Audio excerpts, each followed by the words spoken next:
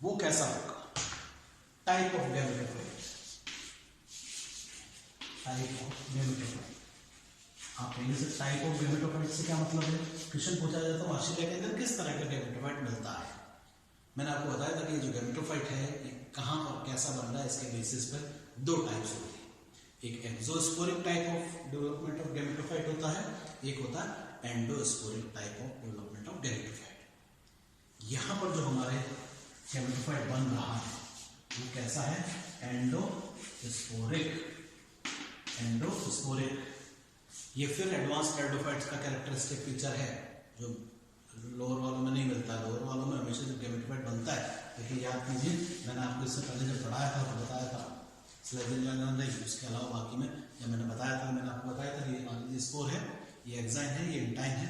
Exine के टूटने से इंटाइन एक्सपोज होती है और ये बाहर निकल आती है ट्यूब के रूप में, और ये फिर हमारा गैमेटोफाइट यहाँ पर माइग्रेट कर जाता था इसके अंदर, फिर इसके अंदर माइटोटिक डिवीजन से जनरली हार्ट शेप गैमेटोफाइट का फॉर्मेशन होता है टेरिडोफाइट्स के अंदर। इस तरह का जो गैमेटोफाइट है जो बन रहा है, कहाँ बन रहा है? स्पोर की वॉल के बाहर। इसको कहते हैं एनिसोस्पोरिक टाइप ऑफ डेवलपमेंट।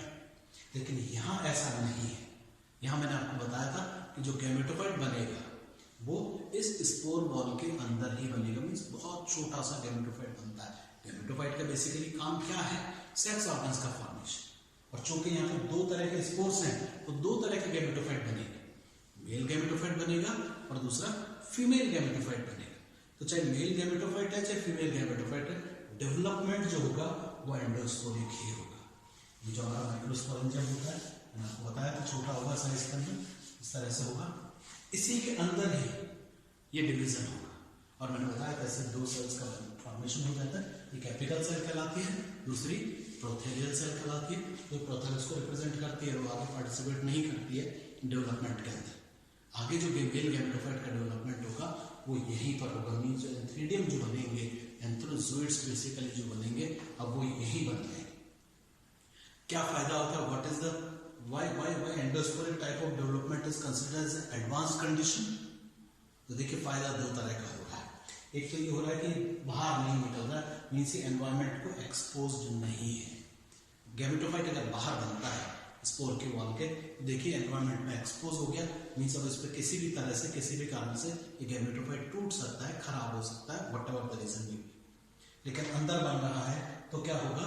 इसको जो है हमारा जो एनवायरमेंट की जो प्रॉब्लम्स है इनकी वजह से खराब हो सकता है, वो खराब नहीं होगा। इसके लिए तो दूसरा फिर यहाँ बहुत सारी एनर्जी की जरूरत है, इतना बड़ा सिस्टम आपको बनाना है, यहाँ पर लेस एनर्जी की जरूरत पड़ती है, क्योंकि हमारा बेसिकली क्या कम फंक्शन है गैमेटोफाइट का कि सेक्स ऑर्गन्स का फॉर्मेशन हो जाए।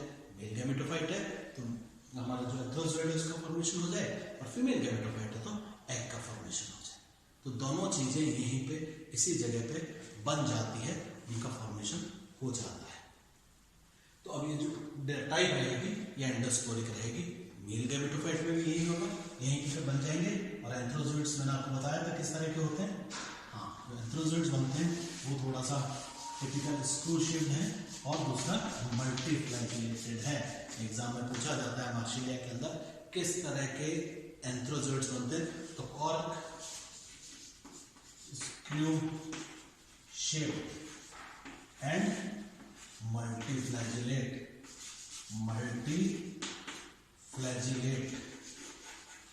टाइप के एंथ्रोजोइड्स का फॉर्मेशन होता है। ये देखिए कॉर्क स्क्रू शेप के हैं, इस तरह से स्क्रू ड्राई होता है हमारा, वैसा होगा, और मल्टीफ्लैजिलेट होंगे, इसमें खूब सारे फ्लैजिला लगे हुए होंगे। तो मल्टीफ्लैजिलेट कॉर्क स्क्रू शेप एंथ्रोजोइड्स किस टेरिडोफाइट में मिलते हैं, एग्जाम में पूछा जाता है। उसका आंसर क्या होगा? मार्शिलिया। या पूछा जा सकता है मार्शिलिया के अंदर किस तरह के एंथ्रोजोइड्स का फॉर्मेशन होता है, तो वो कैसे होंगे? कॉर्क स्क्रू शेप्ड, और वो कैसे होंगे? मल्टीफ्लैजिलेट। तो मल्टीफ्लैजिलेटेड कॉर्क स्क्रू शेप्ड एंथ्रोजोइड्स का फॉर्मेशन होता है यहाँ।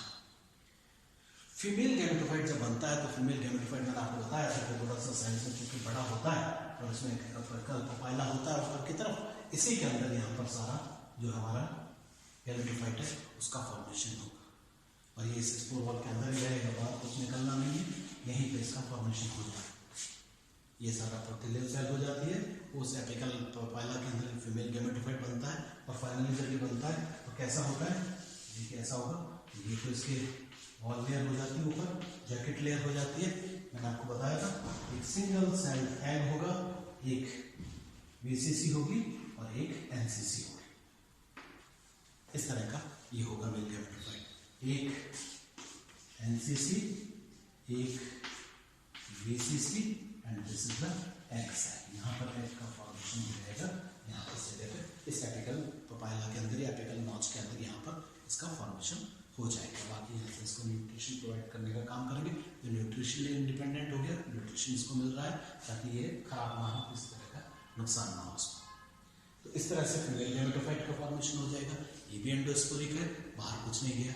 तो अब जब एंथ्रोजोइड्स बन गए, ये मैच्योर होते हैं, तो ये यहाँ से टूट जाता है, मैंने आपको बताया था। और यहाँ से फिर ये चल के यहाँ तक आते हैं, यहाँ पे जैकेट लेयर से खुलने से यहाँ पर से ये एंट्री लेगा, ऐसे से टूट जाएगी, वेसी से टूट जाएगी, उसके टूटने से पैसिव बनता है और यहाँ पे फिर फर्टिलाइजेशन का एक्ट कंप्लीट किया जाता है। और फर्टिलाइजेशन में किस तरह का है कि एंथ्रोजोइड्स को अट्रैक्ट करने के लिए क्या किया जाता है, यहाँ पे मैंने बताया इनके टूटने से कुछ केमिकल्स का से कुछ एसिड्स का फॉर्मेशन होगा जो एक्चुअली अट्रैक्ट करने का काम करेंगे इन एंथ्रोजोइड्स को, ताकि इनको फैसिलिटेट किया जा सके कि यहाँ तक आपको चल के आना है। तो यहाँ पर ये जब चल के आ जाते हैं तो फिर फर्टिलाइजेशन का जो हमारा एक्ट है वो कंप्लीट हो जाता है। तो फर्टिलाइजेशन जब हो जाएगा तो फिर जो जाइगोट है हमारा उसका फॉर्मेशन हो जाएगा, zygote will be formed again, तो वापस जाइगोट का फॉर्मेशन हो जाएगा। तो इस तरह से ये जो गैमेटोफाइट का डेवलपमेंट है ये एंडोस्पोरिक टाइप का है। एंडोस्पोरिक टाइप का इसका फॉर्मेशन होगा, अंदर ही बनेंगे, अंदर ही दो छोटे छोटे गैमेटोफाइट्स डेवलप हो जाते हैं। तो दोनों के अंदर इसके अंदर एग बन गया था, यहाँ पर फीमेल गैमेटोफाइट में, मेल गैमेटोफाइट में एंथ्रोजोइड्स बन गए थे जो मल्टीफ्लैजेलेटेड थे। तो क्या हुआ, हमारा जो फर्टिलाइज जो काम है गैमेट्स का फॉर्मेशन का वो कंप्लीट हो गया। और जैसे ही दोनों मैच्योर हुए, यहाँ से एंथ्रोजोइड्स निकले, चल के आए यहाँ। किस तरह का अट्रैक्शन है ये, हीमोटैक्टिक, हीमोटैक्टिक केमिकल्स के द्वारा इंड्यूस्ड अट्रैक्शन है ये। केमिकल्स का सिक्रेशन हुआ, उसके द्वारा ये हमारे एंथ्रोजोइड्स को अट्रैक्ट किया जाता है, अपनी तरफ बुलाया जाता है कि यहाँ तक इनको पहुँचना है, क्योंकि कोई स्पेशल मैकेनिज्म तो है नहीं। और कैसे पहुँचते हैं ये एंथ्रोजोइड्स, यहाँ से चल के आर्चिगोनिया तक कैसे पहुँचेंगे आपको पता है, तैर के पहुँचेंगे। ये मल्टीफ्लैजेला, फ्लैजेला इसीलिए होते हैं ताकि ये तैर के वहाँ तक पहुँच सके। तो वहाँ तक पहुँचाने के लिए ये फ्लैजेला काम करते हैं, इन फ्लैजेला की सहायता से तैरता हुआ वहाँ तक जाता है। तो मैंने आपको बताया था फ्री वाटर की जरूरत पड़ती है at the time of fertilization, इसीलिए हम इनको ट्रू लैंड प्लांट्स नहीं कहते हैं कि अगर यहाँ पर इस जगह पानी नहीं मिला और वो भी फ्री वाटर नहीं मिला तो क्या होगा, ये फर्टिलाइजेशन का एक्ट कंप्लीट नहीं होगा। और फर्टिलाइजेशन का एक्ट जब तक कंप्लीट नहीं होगा, क्या होगा, वापस स्पोरोफिटिक जनरेशन का फॉर्मेशन नहीं होगा। तो जो ऑल्टरनेशन ऑफ जनरेशन है वो रुक जाएगा, वो प्रोसेस खत्म हो जाएगा। तो फ्री वाटर का मतलब सिंपल सा होता है water in the form of liquid. जल जो है लिक्विड फॉर्म में मिलना चाहिए, तभी जाके ये क्या होगा, तैर के चले जाएंगे। क्योंकि वाटर की आप जानते हैं तीन अवस्थाएं होती है, सॉलिड फॉर्म में भी होता है, लिक्विड फॉर्म में भी होता है और गैसियस फॉर्म में भी होता है। लिक्विड फॉर्म में जब ये होता है तो हम इसको फ्री वाटर कहते हैं। तो फ्री वाटर मिलेगा, लिक्विड फॉर्म में वाटर मिलेगा, उसके द्वारा तैरते हुए यहाँ तक पहुँचेंगे और फर्टिलाइजेशन का एक्ट कंप्लीट होगा। क्या होता है फर्टिलाइजेशन, निषेचन जिसको हम कहते हैं, क्वेश्चन निषेचन is simply fusion of male and female nuclei. Male and female nuclei का जो फ्यूजन है उसको कहा जाता है फर्टिलाइजेशन। मैंने आपको बताया था कि जैसे एग है, मान लीजिए तो एंथ्रोजोइड आता है, यहाँ आ गया, देखिए इस तरह का है स्ट्रक्चर, यहाँ पे आया, इसका ये न्यूक्लियाई बाहर निकलेगा और ये न्यूक्लियाई अंदर आके यहाँ मिलेगा और यहाँ दोनों आपस में एक दूसरे से फ्यूज कर जाएंगे और इसी को कहते हैं फर्टिलाइजेशन। तो फर्टिलाइजेशन जो है इट इज एक्चुअली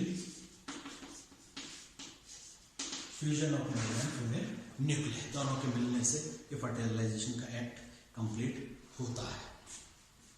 और अब जैसे ही जाइगोट हमारा फर्टिलाइजेशन हुआ, इसका फॉर्मेशन हुआ सॉरी एग का, अभी किसमें कन्वर्ट हो जाएगा, जाइगोट के अंदर। जाइगोट जो होगा वो हमेशा कैसा होगा, डिप्लॉयड क्यों? क्योंकि हैप्लॉइड सेल्स का फ्यूजन प्रोडक्ट है N+N, एंथ्रोजोइड प्लस एग दोनों आपस में फ्यूज किए, दोनों को फ्यूज करने से दोनों के न्यूक्लियर फ्यूज किए, N+N दोनों मिले, जाइगोट का फॉर्मेशन हो गया।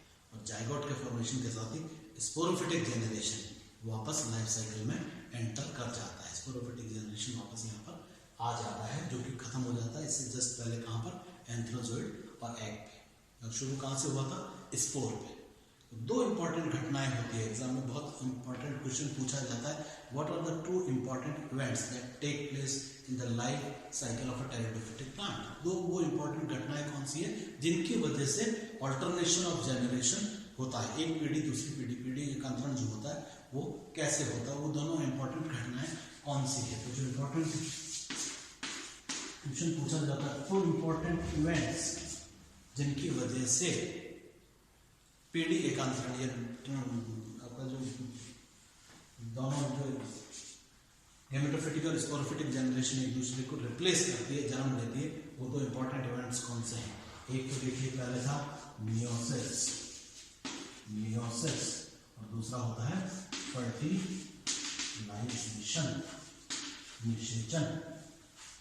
मियोसिस कहां पर होता है? मियोसिस होता है स्पोर मदर सेल्स में। याद कीजिए, जब स्पोर मदर सेल बन रही, माइक्रोस्पोर मदर सेल में भी होगा हमारे इस केस के अंदर, और मेगास्पोर मदर सेल में भी होगा, दोनों के अंदर मियोसिस होगा और उससे स्पोर्स बनेंगे।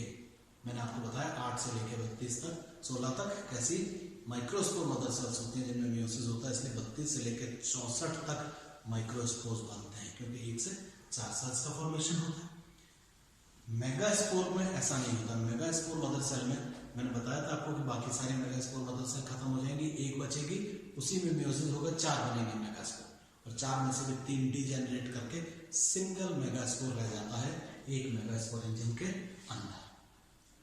तो जैसे ही वो घटना होती है मियोसिस, जो हमारी डिप्लॉइड सेल्स होती है वो हैप्लॉइड में कन्वर्ट हो जाती है, तो स्पोरोफाइट गेमेटोफाइट के अंदर कन्वर्ट हो जाएगा। और दूसरा है फर्टिलाइजेशन, निषेचन। निषेचन जैसे ही होता है, निषेचन के होने के साथ ही क्या होता है? N+N वापस मिलती है, और उनके मिलने से जो हमारा गेमेटोफिटिक फेज है वो वापस कन्वर्ट हो जाता है स्पोरोफिटिक फेज के अंदर। तो एग्जाम में क्वेश्चन पूछा जाता है वो दो इंपॉर्टेंट घटनाएं कौन सी हैं जिनकी वजह से ऑल्टरनेशन ऑफ जनरेशन का फिनोमेना होता है? तो वो किस वजह से होता है?